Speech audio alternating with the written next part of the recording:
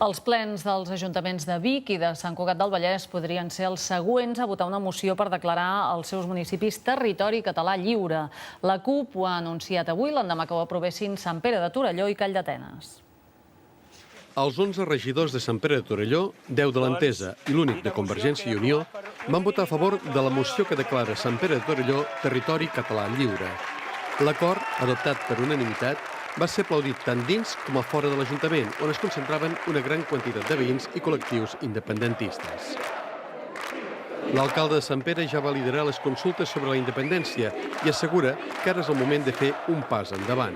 Nosaltres creiem que Catalunya està entre la cruïlla de dos camins. Un camí és acceptar aquesta recentralització que planteja el govern de l'Estat, que ho estem notant amb altres autonomies i que també afecta Catalunya, i que això pot acabar generant la desaparició del país i acabar sent una regió d'Espanya, o bé anar cap al camí de la independència. Una gran part dels veïns valoren positivament l'acord municipal adoptat ahir.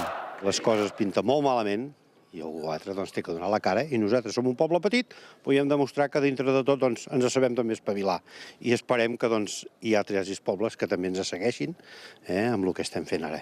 Els efectes que això pot comportar no sé si seran favorables. M'agradaria que hi pogués arribar-hi a ser, però no vull ser radical.